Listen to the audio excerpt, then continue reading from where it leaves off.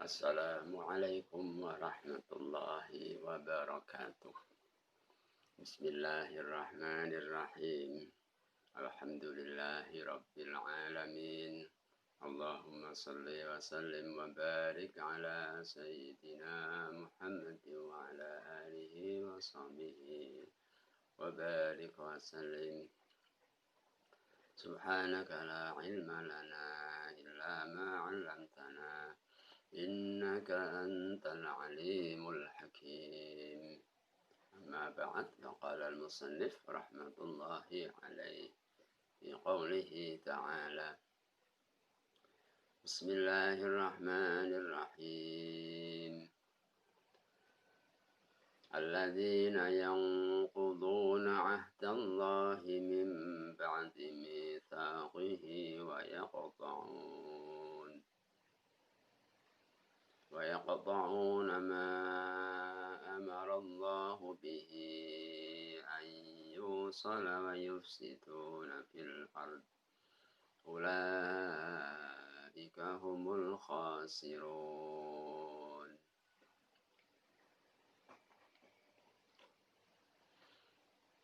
Nutuke ayat 26 yang kemarin ditutup dengan wa ma yudhillu bihi illal fasiqin, yakni tentang orang-orang fasik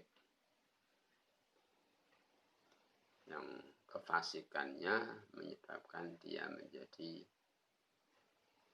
tersesat. Wa ma yudhillu bihi illal fasiqin, yakni orang-orang yang tersesat itu diawali oleh tindakan-tindakan kefasikan. Kefasikan itu apa? Dalam tafsirnya disebut al-kharijina an ta'atihi, wong-wong sing metu saka taat maring Allah. Artinya melanggar aturannya Allah. Tidak belum taat. Cara bahasa lain mengatakan maksiat. Wong-wong sing senengane dok maksiat. Kemaksiatan iku apa? Iki antara lain disebutake teng ayat 27 berikut ini. Wong fasik iku sapa kabeh? Di antara lain alladzina yanquduna ahdallahi. Artinya berikut ini, tindakan-tindakan ini adalah tindakan-tindakan yang disebut tindakan kefasikan, yakni tindakan-tindakan yang dinilai pelanggaran syariat sehingga disebut bermaksiat. Alladzina rupane wong-wong. Alladzina naqtul nyifati nerangno pun nerangno mau nerangno kalimat al-fasiqin. Alladzina rupane wong-wong yang kuduna kang padha ngrusak sapa alladzina ahdallahi ing janjine maring Allah utawa ing perintah Allah. Nah, kene ditafsiri perintah Allah ma ahidahu ilaihim fil kutubi. Janji Allah apa? Ma tegese barang. Ahida kang wis perintah. Kang wis perintah sapa Allah. Perintahake ing ma diperintahake ilaihim maring wong-wong mau. Lah diperintahno fil kutubi ing dalem pira-pira kitab. Yakni hal-hal yang sudah diperintahkan oleh Allah pada mereka untuk dilakukan atau untuk ditinggalkan. Ini perintah. Perintah tersebut disebutkan dalam kitab-kitab suci sebelum Al-Qur'an. Apa iku perintahe? Minal imani tegese percaya iman. Imana ke Muhammadin sallallahu alaihi wasallam maring Kanjeng Muhammad sallallahu alaihi wasallam. Kitab-kitab suci sebelum Al-Quran itu mencantumkan perintah agar beriman, agar percaya terhadap beliau Rasul terakhir, yaitu Nabi kita Muhammad sallallahu alaihi wasallam. Mempercayai keberadaan beliau sebagai Rasul. Sekalipun saat itu beliau Rasul sallallahu alaihi wasallam belum lahir. Wajib diimani. Namun belum diikuti karena memang belum lahir. Namun bagi mereka yang akhirnya ketemu sama beliau Rasul sallallahu alaihi wasallam, maka wajib mengikutinya. Tidak sekedar percaya, namun harus mengikutinya. Janji itu sudah mereka terima sehingga mereka dinyatakan berjanji kepada Allah. Namun ternyata pada saat mereka ketemu beliau Rasul sallallahu alaihi wasallam, ternyata mereka tidak memenuhi janji mereka. Yakni mereka mestinya harus beralih. Yang dulunya mengikuti Nabi Musa alaihissalam dengan kitab sucinya Taurat, mestinya ketika ketemu beliau Rasul Muhammad sallallahu alaihi wasallam, dia harus beralih meninggalkan Nabi Musa, beralih ke Nabi Muhammad sallallahu alaihi wasallam.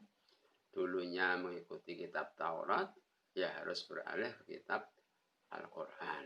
Itu yang mengikuti Nabi Musa. Begitu pula yang dulunya mengikuti Nabi Isa alaihissalam dengan kitab sucinya Injil, juga punya kewajiban beralih ke beliau Muhammad sallallahu alaihi wasallam dengan Al-Qur'annya. Jadi generasi yang ketemu beliau Nabi Muhammad sallallahu alaihi wasallam yang dulunya mengikuti Nabi Isa alaihissalam, maka harus beralih mengikuti Nabi Muhammad sallallahu alaihi wasallam. Begitu pula kitab sucinya yang mereka dulu mengikuti Injil, maka harus beralih mengikuti Al-Quran. Itu janji mereka. Namun kenyataannya, begitu mereka ketemu beliau Rasul Muhammad sallallahu alaihi wasallam, mereka tidak mau mengikuti. Dengan demikian mereka disebut merusak perjanjian mereka kepada Allah. Yakni mereka tidak mentaati janji mereka terhadap Allah. Mereka berjanji tersebut mimba timithaqihi, sause oleh kukuhe iku janji. Artinya mereka sudah benar-benar berjanji, namun ternyata mereka mengingkari, mereka tidak memenuhi janji. Nah, karena tidak memenuhi janji itu maka disebut fasik dalam hal ini, sehingga disebut tersesat. Yudillu bihi wa ma yudillu bihi illal fasiqin. Pertama, itu tentang tidak memenuhi janji. Kemudian yang kedua, yaqta'una ma amarallahu bihi an yusala. Yang pertama yang uduna, yang kedua yaqta'una. Wa yaqta'una lan medot. Medot itu menghentikan. Memutuskan, menghentikan. Tidak menyampaikan. Sapa mau alladzina ma ing barang amara kang wis perintah Allahu sapa Allah perintahake bihi kelawan ma. Rupane perintah ayu sholat. an yusola rupane perintah an yusola tegese yen to disampaiake ditutupno disampaiake dilanturno dilanjutkan apa barang mau apa perintah mau artine hal-hal yang diperintahkan oleh Allah untuk dilanjutkan berarti hal yang baik atau hal-hal yang diperintahkan oleh Allah untuk disampaikan berarti juga hal yang baik disampaikan atau dilanjutkan mestinya harus disampaikan dan dilanjutkan tapi mereka malah tidak menyampaikan atau tidak melanjutkan. Tidak melanjutkan berarti menghentikan. Jadi bahasannya kedua, kefasikan itu terjadi karena menghentikan kebiasaan baik yang diperintahkan oleh Allah untuk dilakukan. Berarti asalnya apik, malih dak apik. Berarti asalnya taat, malih dak taat, malih maksiat. Berarti mantan apik. Mantan apik dadi elek. Utawa perintah Allah mestinya disampaikan. Sesuatu itu harus disampaikan. Tapi ternyata tidak disampaikan. Tidak menyampaikan itu menjadi tindakan yang fasik. Kita pahami, kita telusuri tafsirnya. Yang dimaksud ma amarallahu bihi ayyushola, sesuatu yang diperintahkan oleh Allah untuk disampaikan, diteruskan. Apa itu? Minal imani tegese iman, percaya. Percaya bin Nabi, maring Kanjeng Nabi sallallahu alaihi wasallam. Diperintahkan untuk iman pada Nabi diperintahkan oleh Allah untuk disampaikan. Ini maksudnya.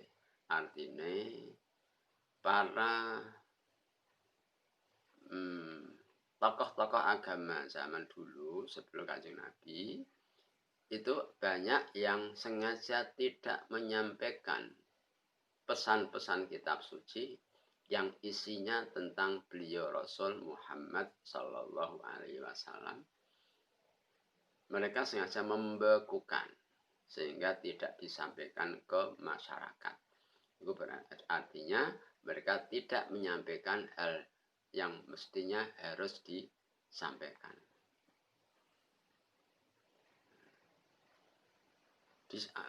Perintah Allah agar disampaikan kepada masyarakat, yang selanjutnya agar masyarakat bisa beriman mengikuti beliau Rasul Muhammad Sallallahu Alaihi Wasallam. Namun kenyataannya mereka tidak menyampaikan pesan tersebut. Berarti tidak menyampaikan, menghentikan dalam arti tidak menyampaikan.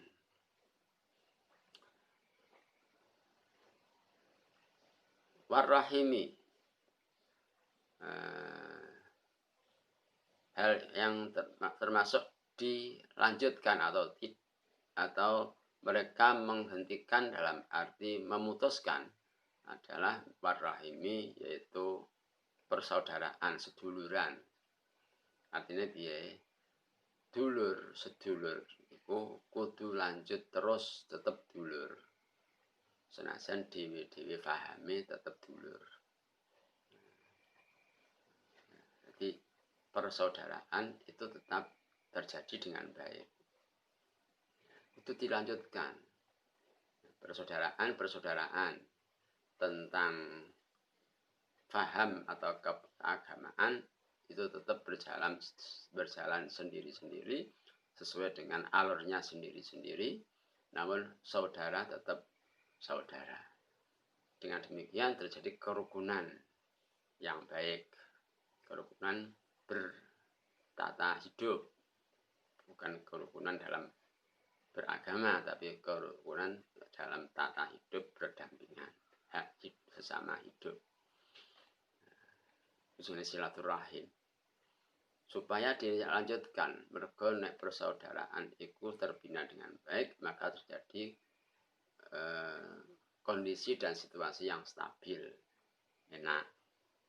Jadi salah satunya yang disampaikan melalui tafsir, hal-hal yang mereka hentikan, atau hal-hal yang mereka tidak menyampaikan, yang mestinya harus disampaikan, yang mestinya harus dilanjutkan, tapi mereka tidak memenuhi janji tersebut, tidak memenuhi perintah tersebut.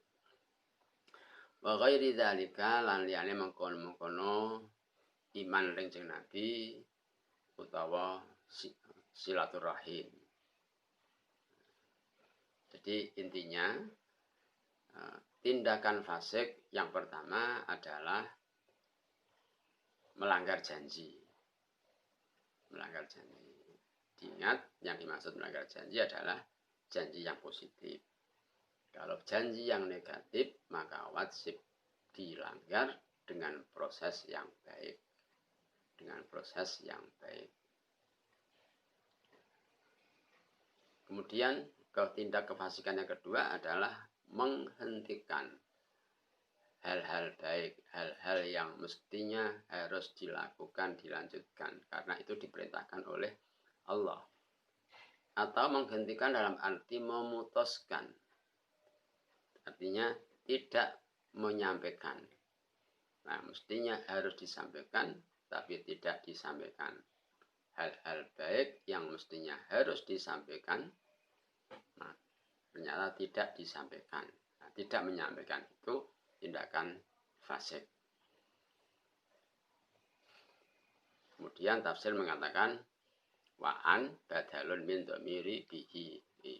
Nah, target. Wa'an utawi kalimat an yusola, masih an sakfi'ile, iku badalun terkibit dadi badal min dhamiri bihi saking dhamire kalimat bihi. Mulane mau tak gunekno an yusola rupane. Bon. Wa yufsiduna fil ardi. Tindak kefasikan berikutnya disebutkan oleh Allah wa yufsiduna fil ardi. Tafsir menerangkan bil ma'asi wa ta'wiqi 'anil imani. Wa yufsiduna lan gawe kerusakan, berbuat yang negatif, berbuat yang menimbulkan kerusakan fil ardi ing dalam bumi ini. Wong mau bertindak berperilaku yang membuat kerusakan di bumi ini. Perilakunya apa kok sing nganti rusak iku? Diserangake bil ma'asi kelawan pira-pira kemaksiatan. Kemaksiatan artinya ketidaktaatan kepada Allah. Iku ledo maksiat, iku nimbulake kerusakan. Isik wis tak terangke. Kenapa? merusak, menimbulkan kerusakan di bumi kok diterangke menggunakan keterangan maksiat. Saya bisa terangake wong sing dak percaya ring Allah, utawa wong sing ragu-ragu ring Allah, utawa wong sing dak taat ring Allah, iku akhire akibate dak gelem diatur oleh Allah. Mergo ora percaya kok ya ora gelem diatur. Anane maksiat ring Allah iku mergo timbul kekurang sadarane le percaya ring Allah. Mulane dak gelem diatur oleh Allah, melanggar aturane Allah.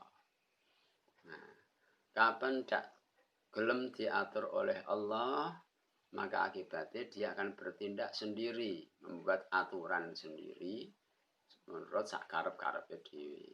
Ya, akibat tindakannya sendiri inilah yang menimbulkan kekacauan. Nek nurut nek taat pada aturan Allah, maka akan berjalan dengan baik. Jalan dengan baik. Kenapa? Mergo Allah nyiptakake manusia. Allah pun menciptakan aturan untuk manusia. Jadi Allah menciptakan aturan dan yang diatur itu sesuai. Mergo sing gawe lan sing ngatur dadi siji. Tidak terjadi benturan. Jadi nek nganut aturannya Allah, ya tertib. Tidak terjadi benturan-benturan. Nah, berhubung dak nganut ring Allah, berhubung gawe aturan dhewe, gawe tindakan dhewe, maka terjadi benturan dengan yang lain sehingga terjadilah kekacauan. Dan kekacauan itu berikutnya menimbulkan kerusakan. Setidak-tidaknya adalah kekacauan atau kerusakan dalam batin, dalam hubungan batin, perasaan. Atau juga akan menimbulkan kerusakan dalam tatanan waktu, tatanan jadwal waktu. Atau bahkan terjadi kerusakan fisik, tabrakan, dan sebagainya. Itu karena tindakan-tindakan yang menurut maunya sendiri. Akibat kemaksiatan tadi. Wa ta'wiqi 'anil imani, rusak itu di samping berbuat maksiat ada lagi wa ta'wiqi lan kelawan ngalang-alangi 'anil imani saking iman. Artinya ngalang-alangi iman ku artine ngalang-alangi awake dhewe ya iso. Berarti awake dhewe dak gelem. Ngalang-alangi iman berarti awake dhewe dak gelem iman. Nah, dak gelem iman iku yang kok mengakibatkan kerusakan. Mergo apa nek dak gelem percaya ring Allah, mengko teruse ya dak gelem tunduk ring Allah, ora percaya. Nah, akibate mlaku sakarepe dhewe. Iku ngalang-alangi iman, ngalang-alangi awake dhewe. Artinya ngalang awake dhewe ku dak gelem. Utawa ngalang-alangi wong liya. Ngalang wong liya berarti nglarang wong liya. Wong liya ape beriman, ape tunduk ring Allah, malah diridu-riduni, dilarang. Lah kedorong terjadi pelanggaran, kekacauan lagi. Maksud ta'wiq 'anil iman. Jadi saya nemen. Jadi ayat ini nyebutake kriteria utawa sifat-sifat yang disebut apa tindakan-tindakan yang disebut tindak kefasikan. Tindakan kefasikan yakni tindakan pembelotan terhadap aturan Allah, melanggar aturan Allah. Oh ya, nomor 1, melanggar janji. Jadi janji itu harus dipenuhi. Ingat, semua ini adalah yang positif. Yang kedua, menghentikan kebiasaan baik atau tidak menyampaikan hal yang semestinya disampaikan.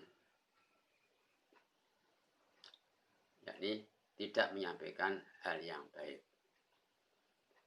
Yang ketiga, berperilaku kemaksiatan.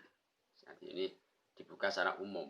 Kalau tadi secara khusus tindakan-tindakan tertentu, tapi yang ketiga ini seluruhnya, yakni semua tindakan kemaksiatan itu disebut kefasikan. Sehingga dalam fikih disebutake wong fasik iku wong sing kulino nglakoni kemaksiatan. Sing biasa nglakoni kemaksiatan iku jenenge wong fasik. Kemaksiatan sing sifat kemaksiatan itu cilik tapi biasa dilakukan. ndung kaya-kaya dak rumangsa nglakoni kemaksiatan. Wong iku arane wong fasik. Utawa nglakoni kemaksiatan sing kelas berat.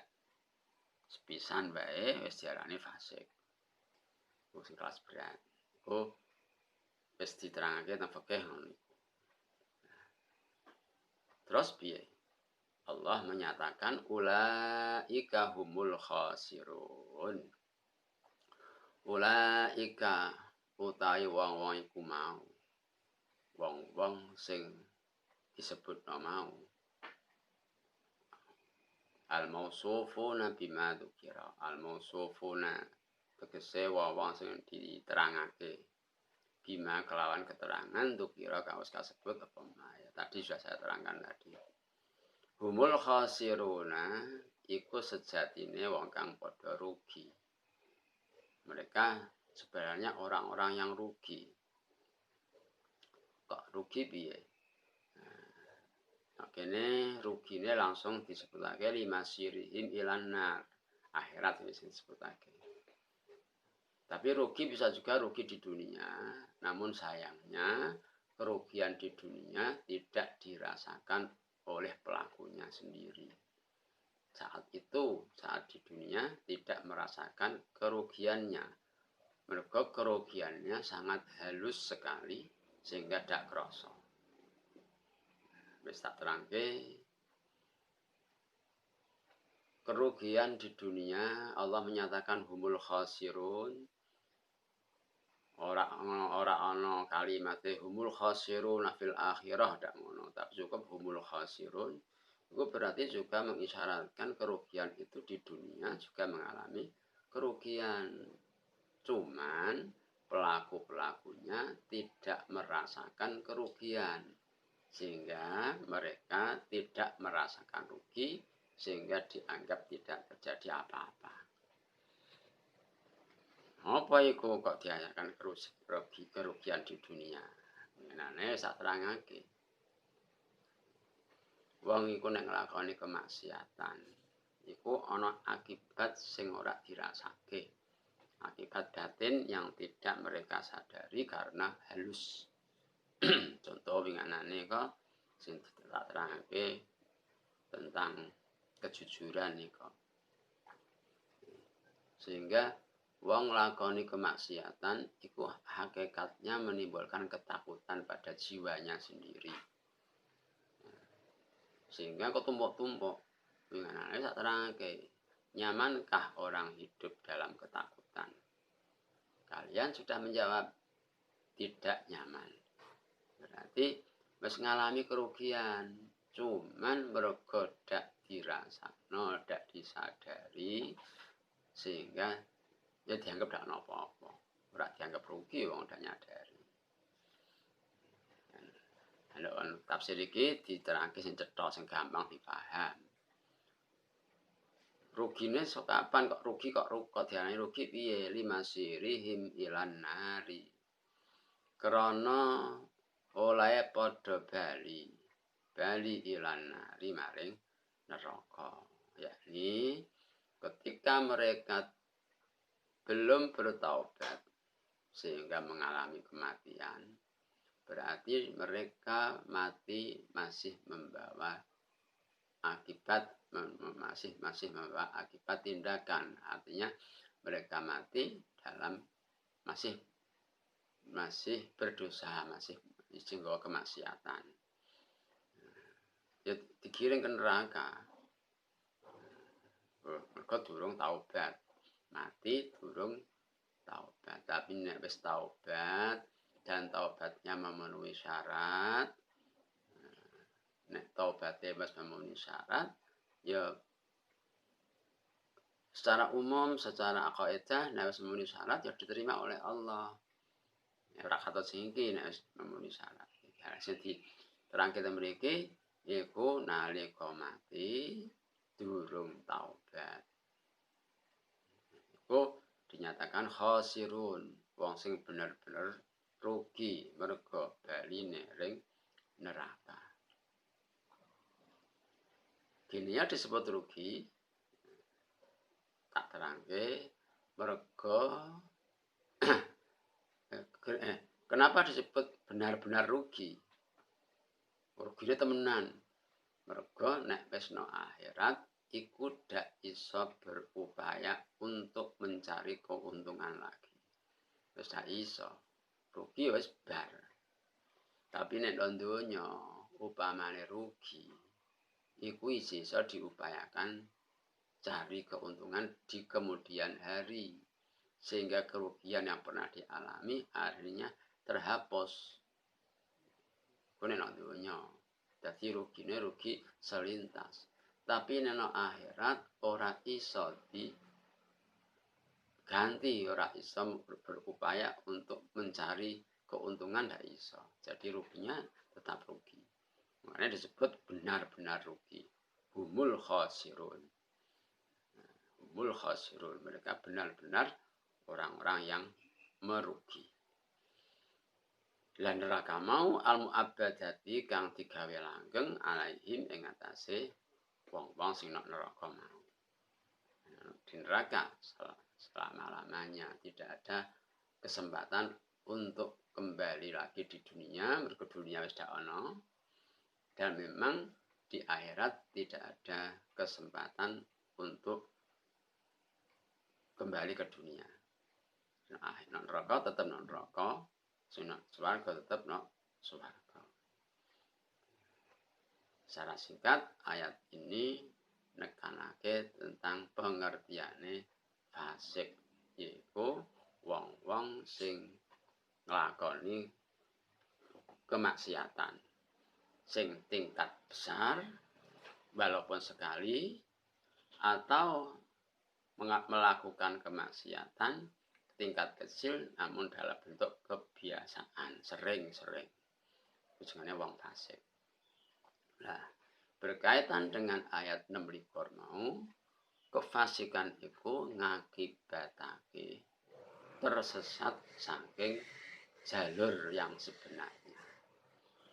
Mengakibatkan berarti tidak mesti tidak mengakibatkan, bisa mengakibatkan. Kenapa begitu?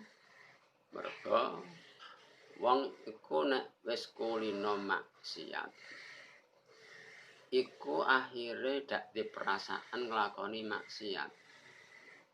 Nek wis dak di perasaan nglakoni maksiat iku berarti ngrumangsani malih nglakoni bener. Maksiat dianggap bener. Lah nek maksiat dianggap bener berarti salah dianggap benar. Ya tersesat toh. Wong jelas tersesat dak rumangsa tersesat. Mergo kefasikan. Nek agama ngajarake supaya sering-sering bertaubat, sering-sering muhasabah, periksa diri, ngerti awake dhewe. Jadi setiap hari misalnya kalau bisa setiap hari itu tindakannya dikoreksi sejauh mana sehari ini melakukan bener tak salah. Mestinya ngono tiap hari dikoreksi sebelum dikoreksi besok. Cuman kebanyakan orang melakukan koreksi seperti itu jarang terjadi. Mergo menungso ku sifate ra ngerti atau lupa, ora ngerti prilakune piye. Namun Allah tetap Maha Pemurah, tetap diparingi kemurahan, diwehi peluang nyuwun ngapura. Iku peluangnya melalui sholat 5 waktu. Dengan semua rangkaiannya itu ada kandungan-kandungan pengampunan saking Allah. Bagi dosa-dosa kecil yang tidak disengaja, yang tidak terasakan lagi. Kemurahan Allah. Raufun Rahimun. Innallaha bin nasi la raufur rahim. Sangat-sangat welas asih Allah Ta'ala. Nek wis ngerti Allah Ta'ala welas asih kaya ngono, ya tinggal tunduk mawon, tinggal melakukan. Sehingga nek wis ngerti murai Allah welas asih Allah, apa memuji Allah itu kangelan. Kenapa? Mereka semua pemberian Allah semuanya tidak bisa dihitung nikmatnya. Sehingga le memuji ring Allah ku dak iso nandingi. Ku maksude dak iso memuji ngono, dak iso nandingi ring nikmate Allah. Mulane diajari oleh Kanjeng Rasul sallallahu alaihi wasallam untuk mengaku tidak mampu bersyukur. Senajan berupaya untuk bersyukur, tapi tetap mengaku tidak bisa bersyukur, yaitu diajari nganggo kalimat subhanaka la uhsi sana'an 'alaika anta kama afnaita 'ala nafsik. Subhanaka panjenengan maha suci ya Allah. La uhsi sana'an 'alaika anta. Kula mboten saged ngenteki anggenipun memuji dhateng panjenengan. Mboten saged memuji dhateng panjenengan kelawan memuji kang sak pase. Kama afnaita 'ala nafsik kados dening panjenengan memuji dhateng panjenengan sepiyambak. Kula mboten saged memuji dhateng panjenengan kanthi pujian sak pase. Artosipun kula mboten saged bersyukur dhateng panjenengan kanthi syukur ingkang sak pase. Berarti piye anggenipun kula bersyukur tetap jauh dari syukur yang semestinya. Nah, niku sebuah kalimat pengakuan. Subhanaka la uhsi tsana'an 'alaika anta kama afnaita 'ala nafsik. Nah, inilah ayat ke-27 tentang kriteria kefasikan. Saya ulangi kembali. Kriteria kefasikan disingkat dalam akhir ayat yufsiduna fil ardi, yaitu melakukan kemaksiatan.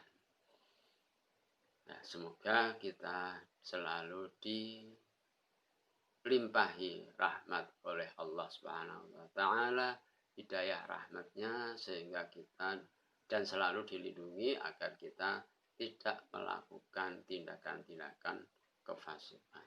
Kita berdoa pada Allah, Allahumma a'inna ala dzikrika wa syukrika wa husni ibadatik. Ya Allah, tolonglah kami untuk bisa bersyukur padamu, untuk bisa mengingatmu, dan untuk bisa mengabdi padamu dengan pengabdian yang sebaik-baiknya. Wallahu a'lam taufiq. Wassalamualaikum warahmatullahi wabarakatuh.